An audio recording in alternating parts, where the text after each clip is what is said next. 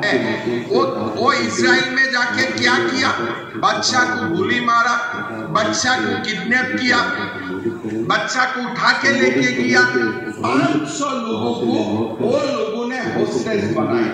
प्रधानमंत्री जी ने निंदा किया कि संतरासवाद का हमें खुले आम में निंदा करता हूँ। राहुल गांधी ने क्या बोला?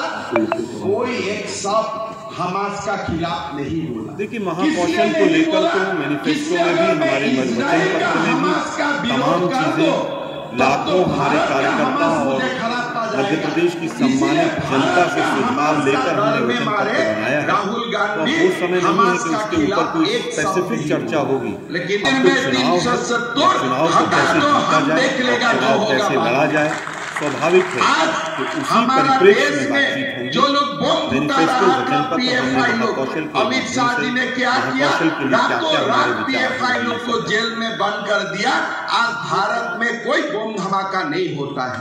और कहीं में गलती से अगर बम धमाका कर लिया, ये हमास लोग जानते हैं कि इजराइल अगर 2 किया है, नरेंद्र मोदी 4 करेगा। पाकिस्तान में जाके जो ट्रीटमेंट देना है वो मोदी जी दे देगा।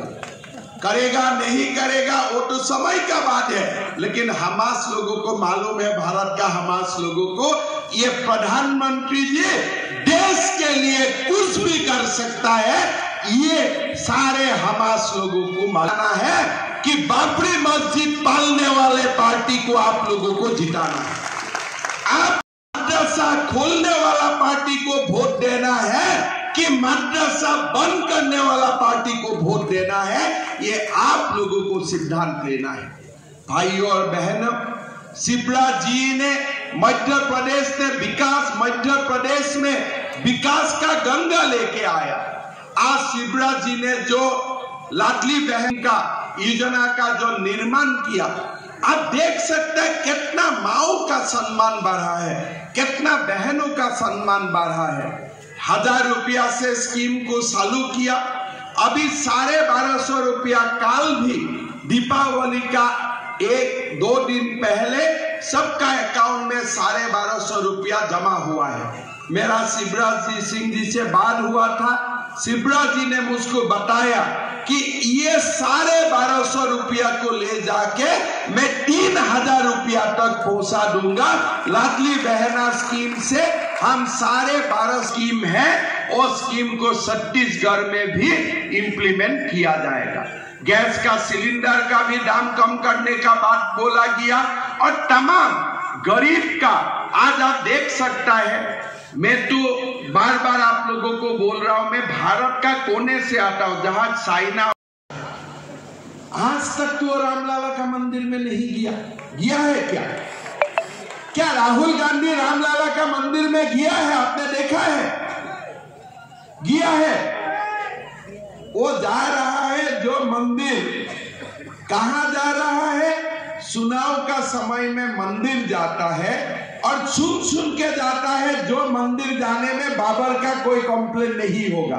राम मंदिर जाने से तो बाबर लोग गर्म हो जाएगा, इसीलिए वो लोग डर के मारे राम मंदिर नहीं जाते हैं। तो इसीलिए मैं कमलनाथ जी आपको बोलना चाहता हूं, राम मंदिर बीजेपी का है कि नहीं अलग बात है, लेकिन राम मंदिर कांग्रेस का नहीं, ये बात आप मुझसे गारंटी से सुन लीजिए। थोड़े दिन पहले मैं छत्तीसगढ़ में कंप्लेन किया है कि आप अकबर का खिलाफ क्यों बोला। मैं बोला, ये देश में मैं पैदा होके अगर बाबर, अकबर, औरंगजेब का खिलाफ ना बोलो तो किसका खिलाफ नहीं बोलो? मुझको तो उसी का खिलाफ बोलना है।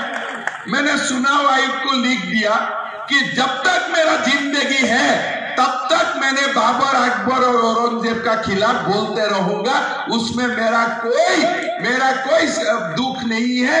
इसलिए ये देश का जब सनातन हिंदू का ढांचा गिराने का पहला कोशिश किया था, वो बाबर ने किया, औरंगजेब ने किया।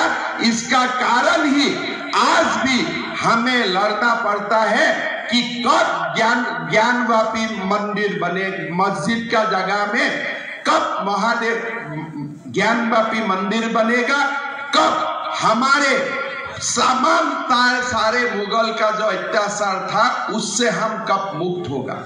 भाई और बहनों, आज आप देख सकता है कांग्रेस का अंदर कमलनाथ जी बोल रहा है कि दिग्विजय सिंह का कपड़ा उतार लो, कपड़ा फाड़ दो।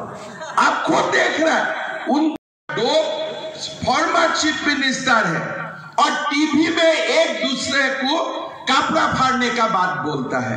अरे कपड़ा फाड़ने का कोशिश तो महाभारत में द्रौपदी का होता है, अभी आप कहे दिग्विजय सिंह का कपड़ा फाड़ने चाहते हो। मतलब आप सोच सकता है कांग्रेस का हालत क्या है। सरकार बनता है, कैबिनेट मीटिंग में ही हर दिन कपड़ा फाड़ने का ड्रामा शुरू हो जाएगा। कौन कितना लूट सकता है, लूटने का कारण वो लोग अपना बीच में यही शुरू करेगा। एक दूसरा का कपड़ा फाड़ेगा, दूसरा तीसरा का कपड़ा फाड़ेगा, तीसरा चौथा का कपड़ा फाड़ेगा और पूरा मध्य प्रदेश को देश में बदनाम कर देगा। अब आप सोचिए, को बोलना चाहता हूं कि देखिए, देश को अगर किसी ने ध्वंस कर दिया है, ये तुष्टीकरण का राजनीति का कारण ही हमारा देश आज एक प्रकार नीचे जा रहा था, स्खलन हो रहा था। ये तुष्टीकरण का राजनीति का कारण। प्रधानमंत्री नरेंद्र मोदी देश में प्रधानमंत्री का गद्दी संभाला, दूसरा जगह में सबका साथ सबका विकास नीति प्रधानमंत्री जी ने लेके आया और आज सारों और आप लोग मद्रासा टीचर का सैलरी का फाइल है। मैं बोला कौन सा मद्रासा टीचर? बोले नहीं, हम सरकार 700 मद्रासा चलाता हूँ, वही टीचर का सैलरी देना है। मैं बोला आप कितना दिन से नौकरी कर रहे हैं? बोले सर हमारा 20 साल हो गया। बोला सरकार का काम क्या मुल्ला बनाना सरकार का काम होता है क्या? मुल्ला बनाना सरकार का काम होता है क्या? बोले नहीं सर, ऐसे तो चल ही रहा है। मैं बोला चल रहा है तो रहा है, ठीक है, आज से और दुकान को बंद कर दो, जब तक मैं सीएम हूं तब तक ये दुकान मेरा सामने लेके मत आओ। हमारा काम क्या होता है? डॉक्टर बनाना, इंजीनियर बनाना, मुल्ला बनाना हमारा काम नहीं है। लेकिन आज ये जो सिद्धांत है, बाबरी मस्जिद का जगह में राम मंदिर बनाना, देश से मद्रासा को बंद करना, तुष्टीकरण का जगह में सर्वधर्म समभाव नीति लाना, ये अगर बीजेपी नहीं है तो कभी संभव नहीं है। आज आप देख रहे हैं बार श्री शंकराचार्य का प्रतिमा देखने का मुझको सौभाग्य मिला। आज उज्जैन में जो कॉरिडोर बन रहा है, उसी से भारत का सनातन हिंदू का जो गर्व है वो हजारों गुना बढ़ा है। पूरा देश में आज काशी कॉरिडोर का बारे में चर्चा होता है। भाई और बहनों, एक बार आप लोग सोच लीजिए, अगर दिग्विजय सिंह का सरकार होता था आज भी मध्य प्रदेश में, क्या मध्य प्रदेश का ये विकास संभव? कोई ऋण माफ नहीं हुआ, बार बार घोटाला बनने लगा, बार बार जो सुशासन का एक नींव रखा था शिवराज जी ने, उसको कमलनाथ जी ने कुशासन तक परिवर्तन कर दिया। अभी कमलनाथ जी बोलते हैं कि मैं हनुमान का भक्त हूं। अरे भाई, आप हनुमान भक्त तो है, लेकिन आप लोग जैसा हनुमान भक्त होते हुए आप लोगों ने राम मंदिर क्यों नहीं बनाया था? आप लोग जैसा इतना महान हनुमान होते हुए। मैं कमलनाथ जी का अभी थोड़ी दिन से स्टेटमेंट पर, लेकिन साथ में मैं बोल सकता हूं, कम से कम राम मंदिर कांग्रेस का नहीं है, तो मैं 100% में बोल सकता हूं। भाई और बहनों, आप लोग खुद सोचिए, बाबर क्या था? एक आक्रांता था। बाबर का मस्जिद बनाया राम मंदिर को तोड़ के। ये बाबर जो आक्रांता था, उनको उनका मस्जिद तोड़ के राम मंदिर बनाने के लिए नरेंद्र मोदी का क्या जरूरत था? यह काम तो जवाहरलाल नेहरू भी कर सकता था, यह काम तो लाल बहादुर शास्त्री भी कर सकता था, यह काम तो इंदिरा गांधी भी कर सकता था, यह काम तो राजीव गांधी भी कर सकता था, यह काम तो डॉक्टर मनमोहन सिंह भी कर सकता था, नरसिम्हा राव भी कर सकता था। आप लोगों ने क्यों नहीं किया? आज आप लोग यहाँ में जो जितना लोग हैं, मेरे से बड़े लोग हैं, आप लोग अपना दिल को पूछिए कि नरेंद्र मोदी अगर शासन में नहीं आते थे, क्या देश को रामलला का इतना भव्य मंदिर मिल चल रही है। परंतु मैं ये कहना चाहती हूँ कि किस मुंह से कांग्रेस जो बोलती है कि हमने किया है, 70 साल उन्होंने अंधेरे में रखा, बीमारू जो राज्य हमारा इसको बना दिया था। आज 15 महीने की जब सरकार आई, उस समय यहाँ पर जब उन्होंने घोषणाएं की, वचन दिए, कैसा मेरा अपमान हुआ, वहाँ पर कांटों के बीच में वहाँ पर थी और भारतीय जनता पार्टी में आके मेरे लिए फूल ही फूल मिले और आज मुझ पर विश्वास करके पंडाना विधानसभा की सेवा करने का मौका दिया है। तो आप सबसे निवेदन करना चाहती हूँ, मैं अपील करना चाहती हूँ कि मैं एक समाज सेविका हूँ, मैं नेता नहीं हूँ। आप लोगों ने देखा है पिछले 9 साल से इस क्षेत्र में मैंने काम किया है और मेरे खुद के सपने हैं पंडाना विधानसभा को लेके।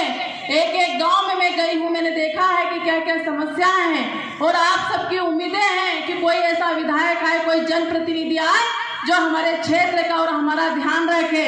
तो ये आपकी बहन, आपकी बेटी आपके साथ में कंधे से कंधा मिला के काम करेगी। परंतु हमारे पास अभी 17 नवंबर को चुनाव है।